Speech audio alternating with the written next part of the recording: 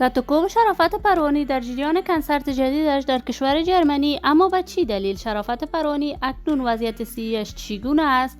افشای حقایق و رازهای پشت پرده زندگی شرافت پروانی، هنرمند محبوب و مطرح افغان که اصلا باورتان نخواهد شد.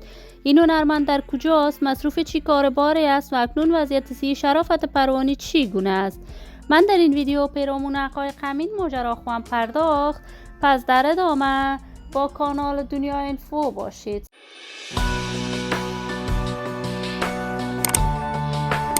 سلام و سلامتی نثار تک تک از شما دوستداران نهایت ارجمند کانال دنیا اینفو. شما را خوش آمدید میگم به یکی دیگر از ویدیوهای جذاب و دیدنی این کانال. برای حمایت هرچی بیشتر از کانال دنیا اینفو علامت سابسکرایب را فشار دهید تا بیننده ویدیوهای جذاب و دیدنی کانال دنیا اینفو باشید.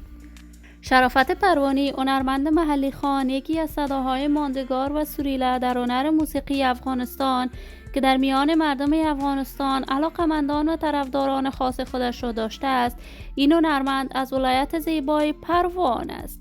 مدت دیر نمی شود به طور رسمی هنر موسیقیش را ادامه می دهد، ولی آهنگهای شرافت پروانی دل میلیون ها افغان را نوازش می دهد. آهنگهای شرافت پروانی از مرزهای افغانستان عبور کرده است و علاقمندان طرفداران خودش را دارد. در افغانستان در محفل عروسی هموطنان افغانش اشتراک می کرد، آهنگ می سرود.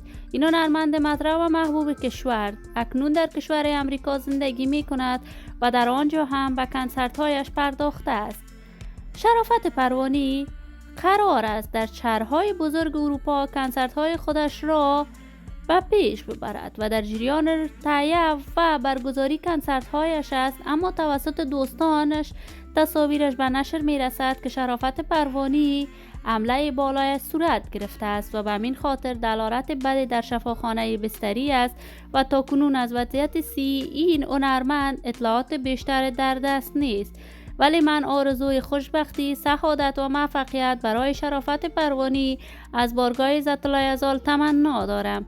در انتظار نشر تازه ترین کارهای هنری از شرافت پروانی خواهیم بود. دوستان و همراهان نهایت ارجمند کانال دنیا اینفو، شما هم نظریاتتان را در بخش کامنت با من شریک بسازید. این ویدیو را با علاقه‌مندان و دوستان شرافت پروانی به اشتراک بگذارید. اگر دوست دارید عضو کانال دنیا اینفو باشید، پس برای حمایت هرچی بیشتر از این کانال علامت سابسکرایب را فشار دهید تا ویدیوهای دیگر کانال من را از دست ندهید.